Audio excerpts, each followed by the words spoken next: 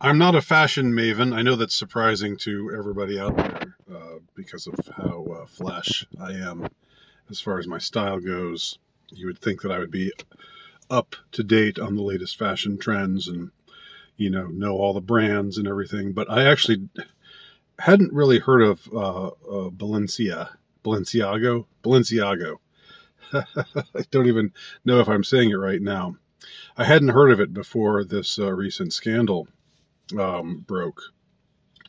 And what interests me now is that you still have these people. I'm not going to just reiterate the scandal, what all is involved in the scandal of the photo shoot involving children and teddy bears wearing bondage gear and, references to court cases giving freedom to people producing child porn and,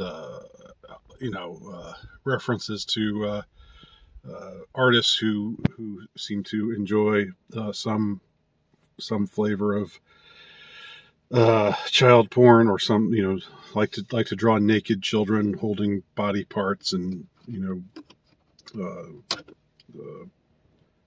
disturbing stuff like that. You can find out all about the what was involved in the photo shoot and the subsequent apology and other things that it was like this continuing revelation of people who were going over the material in the photo shoot and what all it what was there symbolically. I think you can look at these pictures and see something just isn't right. I mean, I think if I had seen the kind of pictures that are featured in the photo shoot with the children standing on a couch or on top of a bed, or lying down on a couch like a little child, a 3-year-old girl, while pictures of wine glasses and beer cans and very adult looking sorts of things, along with leashes and other things suggestive of bondage gear. You can tell something's not right about it. I think if I had seen that picture and there'd been no controversy, I would have said, this is not right. But of course you have the ever-present fact checkers. I'm a fact checker. You're wrong.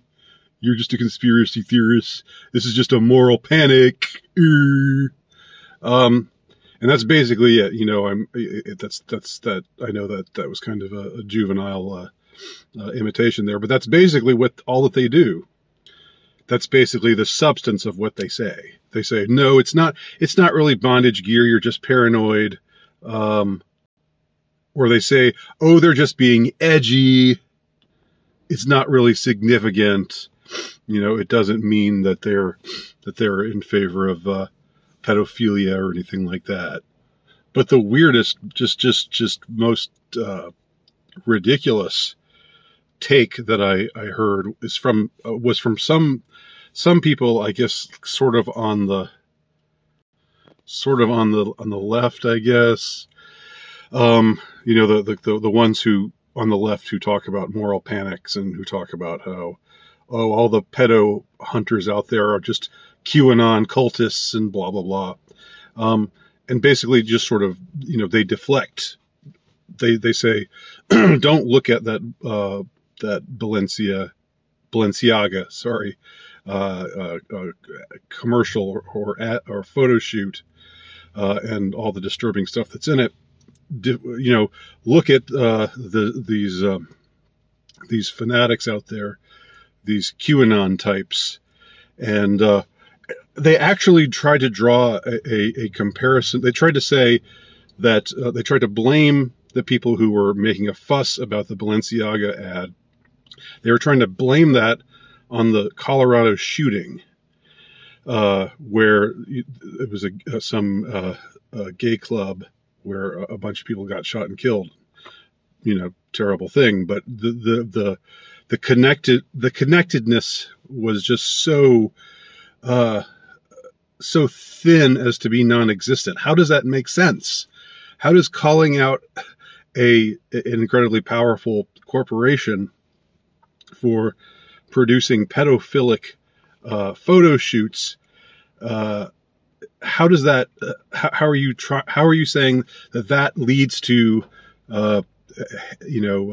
murderous hate crimes? Which it turns out, of course, this shooting in Colorado is apparently not what they said it was, because the shooter apparently is a part of the community that he was attacking.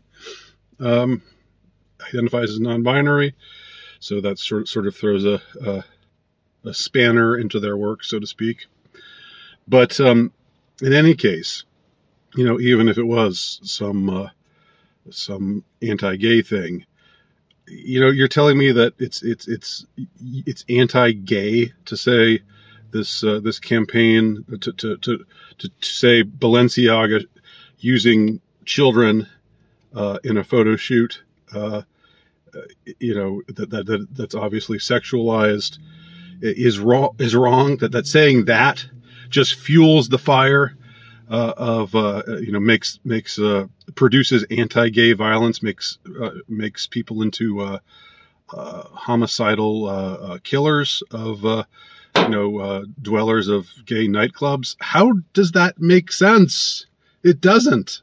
But I mean, these people were actually saying, they were replaying Tucker Carlson talking about the Ballenciaga photo shoot, and they were saying things like, "Oh, how does he sleep at night?" Knowing that his rhetoric has led to this, leads to people getting shot and killed. No, it doesn't. He sleeps at night because it doesn't. That's how. Or I can't really say how well or how unwell Tucker Carlson sleeps at night, because I don't know Tucker Carlson's sleep habits. But I can say that for myself, I sleep fine. Calling out Balenciaga for these obscene pedophilic photo shoots. So they try to project a moral panic. They try to say, leave these organizations alone, leave these corporations alone, leave these, we're supposed to be against, we're supposed to be speaking truth to power, but leave Balenciaga, this multi-million-dollar organization, and all of the billionaires and all of their plans and schemes for the world. Leave those people alone, and do as you're told by the CDC and whatnot.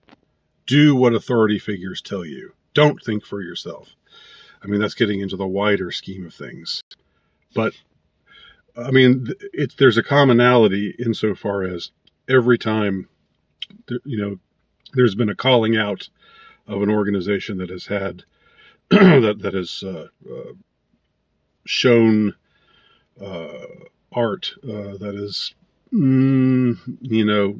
definitely not what any good, righteous person who believes in protecting children should be comfortable with. Even when Netflix put Cuties on their network, this very, very questionable movie showing young girls, doing erotic dances and so forth, finding their calling in doing erotic dances, these prepubescent children. And that's what the movie was about. And the movie was reveling, doing these close-up shots and these slow motion shots of them dancing in this very not childlike way. Even then, these same types of people, calling out the Balenciaga caller outers and saying that they're responsible for gay nightclub shootings. They were the same ones also saying, oh, well, cuties, the people who are all up in arms about cuties, they're just promoters of this hysteria, this moral panic. But interestingly, and speaking, on the positive side of things, on a white pillish note, if you will, the Balenciaga story seems to have legs. It's not just getting killed in the womb, again, to use a pertinent analogy. That hasn't been what has happened, like what happened with other similar sorts of scandals in the past, where all the fact checkers just came out and said, no, there's nothing to this, nothing to see here, move along, all you paranoid freaks, get a life, blah, blah, blah. Here, in this particular story, it's getting coverage even in the larger media, or not larger, because I guess these types, the network media and so forth aren't necessarily where the eyes are going these days, but they are larger in the sense that they're more heavily moneyed, right? The legacy media, as they are called.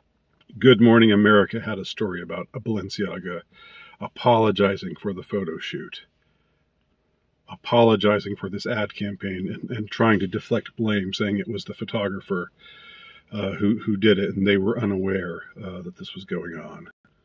Which, come on. It's just, if you believe that, you'll believe anything. But all of this has just made me very suspicious of anyone who uses the term moral panic. And I used to be one such person. I guess it's still trendy. It's still sort of the thing to do, to look back at the, quote, satanic panic of the 80s and say that people were just, this is just a witch hunt. People were just seeing things when they weren't really there. I'm sure there was some abuse of power, or some. I'm sure in some cases there were irresponsible uses of things like repressive or repression therapy and so forth that maybe didn't really hold up. I mean, I'll give them that much. But the more I looked into it, the more I came to see that the satanic, quote unquote, panic wasn't really a panic at all. It was, if it was a panic, it was a panic about, it was people being alarmed about things that were actually there, stuff that was actually going on, things that people actually were doing. So in this case, though, it seems that with the Ballenciaga scandal, that the fact checkers are not prevailing. That there is just this gathering belief that the Ballenciaga photo shoot involving children was really, really, really bad. The best you could say about it is that they were just pretending to be pedophilic and trying to be edgy in that way. In which case, is that really a thing to boast about? I think that's pretty bad in and of itself. That's the best case scenario, and I don't believe that scenario at all.